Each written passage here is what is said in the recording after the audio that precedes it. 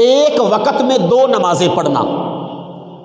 بعض اوقات بندہ سفر پہ ہوتا ہے، بندہ پکا نمازی ہے، تو وہ کہتا ہے کہ ظہر کے ساتھ عصر پڑھ لوں کہ پھر بعد میں نے گاڑی پہ سفر کرنا ہے، گاڑی نہیں رکے گی، یا دوستوں کے ساتھ میں نے ہونا ہے تو مجھے وقت نہیں ملے گا، تو ظہر کے ساتھ عصر پڑھ لینا یا عصر کے ساتھ ظہر پڑھ لینا. 2 نمازیں ایک وقت میں حرام ہیں. 2 نمازیں ایک وقت میں. اور یہاں پہ مسئلہ ذہن میں رکھیں کہ ایک وقت میں 2 نمازیں تم پڑھ رہے ہو. نماز کے لیے وقت شرط ہے. نماز کے لیے نماز کی شرطیں 6 ہیں. نماز کی کتنی شرطیں ہیں؟ ان 6 میں سے اگر ایک بھی کم ہو نماز نہیں ہوتی. اب نماز کی 6 شرطوں میں سے ایک شرط ہے نماز کا وقت ہونا. تو جب ایک وقت میں بندہ 2 نمازیں پڑھ رہا ہے، وقت ظہر کا ہے، وہ عصر کی بھی پڑھ رہا ہے، تو عصر کا وقت نہیں ہے. جب عصر کا وقت نہیں ہے تو شرط پوری نہیں ہے. ظہر کی ہو جائے گی، عصر کی نہیں ہوگی. اگر عصر کے وقت 2 پڑھ رہا ہے، عصر کی اور مغرب کی، تو عصر کی ہو جائے گی، مغرب کی نہیں ہوگی. اگر مغرب کے وقت 2 پڑھ رہا ہے، مغرب اور عشاء کو اکٹھا کر کے پڑھ رہا ہے، تو جس کا وقت ہوگا وہ نماز ہو جائے گی، اور جس کا وقت نہیں ہے وہ نماز ادا. اور یہ بات یاد رکھیں، اگر کوئی ایسا کرے تو یہ کام حرام ہے. ایسا 2 نمازوں کو اکٹھا کرنا، اگرچہ جتنی مرضی مجبوری ہو، لکھا ہوا ہے کہ سفر ہو یا کوئی دوسری مجبوری ہو، 2 نمازوں کو اکٹھا ادا نہیں کر سکتا، کیونکہ شرط نہیں پائی جاتی. جب وقت کی شرط نہیں پائی جاتی تو پھر 2 نمازیں اکٹھی ادا نہیں ہوگی. جو وقت ہوگا اس وقت والی ادا ہو جائے گی، اور جو دوسری ہے وہ نماز اس بندے کو دوبارہ پڑھنی پڑے گی یا اس کی قضا کرنی پڑے گی.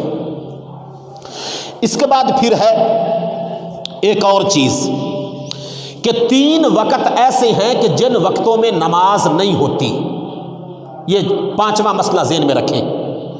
3 وقت ایسے ہیں 24 گھنٹے کے اندر کہ جن اوقات میں سجدہ نہیں ہوتا. اور یہ بات بھی یاد رکھیں، ان اوقات میں، ان 3 وقتوں میں اگر تم قرآن پاک کی تلاوت کر رہے ہو اور قرآن پاک کی تلاوت کرتے ہوئے سجدہ آ گیا ہے، تو تم ان وقتوں میں تلاوت کر سکتے ہو، سجدہ نہیں کر سکتے. جب وہ وقت گزر جائے گا زوال کا تو پھر تم سجدہ کر سکتے ہو. اب وہ 3 وقت کون کون سے ہیں؟ جب سورج طلوع ہوتا ہے اس کے 20 منٹ بعد، جب سورج غروب ہوتا ہے اس سے 20 منٹ پہلے، اور تیسرا وقت ہے کہ ایک دن کے جتنے گھنٹے ہیں، مثال کے طور پہ دن ہے 9 گھنٹے کا یا دن ہے 12 گھنٹے کا، اس کو 2 پر تقسیم کریں.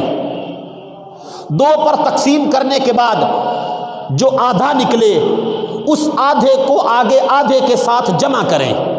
جتنا وقت بنے وہ درمیانی زوال کا ہے. یہ اب بات تھوڑی سی مشکل ہے، آپ کو سمجھ نہیں آئی، میں کر کے آپ کو بتا دیتا ہوں. مثال کے طور پہ 12 گھنٹے کا دن ہے، اس کو 2 پہ تقسیم کریں، جواب نکلے گا 6.